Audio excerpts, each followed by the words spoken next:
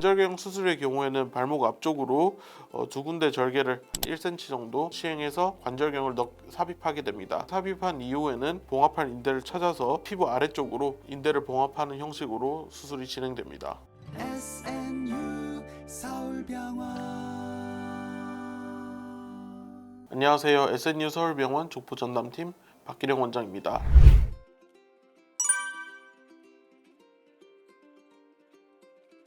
지난 시간에 이어서 오늘은 발목 인대 파열의 치료에 대해서 좀 설명을 드리려고 합니다.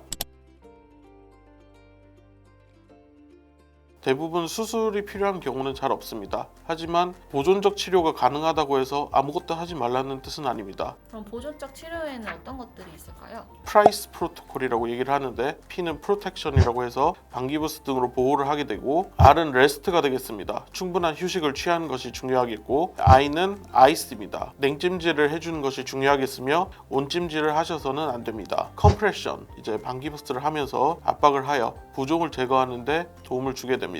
마지막으로는 이 엘리베이션입니다. 다친 부위를 이제 심장보다 높은 위치로 들어서 붓기를 빠지는 데 도움을 주는 것입니다. 이 이후에도 발목 인대 손상이 너무 심한 것으로 판단이 되면 MRI 촬영을 하고 수술이 필요한 경우를 같이 간별해 보게 됩니다.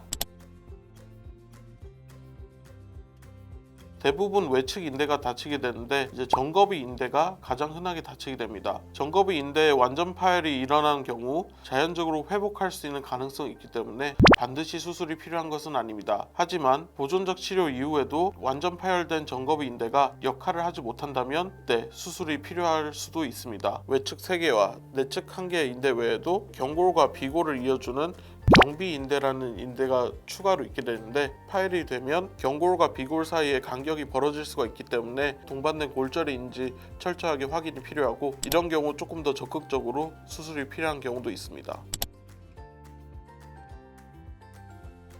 환자가 운동선수라던가 자주 삐끗하던 이력이 있다거나 비골화 부골, 즉 뼈조각이 있는 경우라던가, 이런 경우라면 수술적 치료를 조기에 시행하는 것이 도움이 되겠습니다.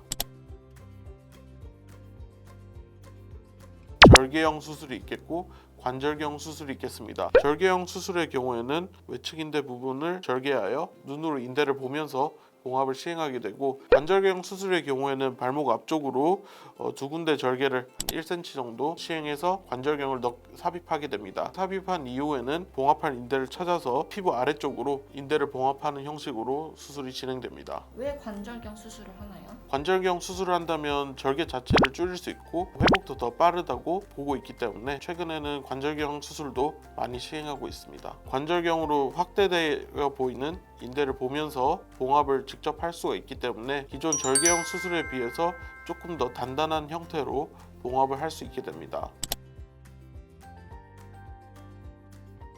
보통 두 가지가 있게 되는데, 첫 번째로는 비골화 부골, 즉 골편이 있는 경우 골편을 제거하기 위해서 절개를 추가로 가해야 되기 때문에 이런 경우 관절경 수술이 어려울 수가 있습니다. 두 번째 경우에는 봉합할 인대가 만성 발목 불안정성으로 남아있지 않은 경우 절개용을 하여 인대 재건술 등의 수술이 필요한 경우도 있습니다. 충분한 보존적 치료와 적극적인 재활 치료를 통해서 발목 인대를 잘 회복하게 된다면 수술 없이 치료할 수 있습니다. 하지만 적절한 치료를 받지 못했을 때 만성 발목 불안정성으로 진행할 수가 있어 이런 경우 수술적 치료가 필요하게 됩니다. 환자의 상태에 따라서 적절한 수술법으로 치료받는 것이 중요하겠습니다. 구독과 좋아요 부탁드립니다. 감사합니다.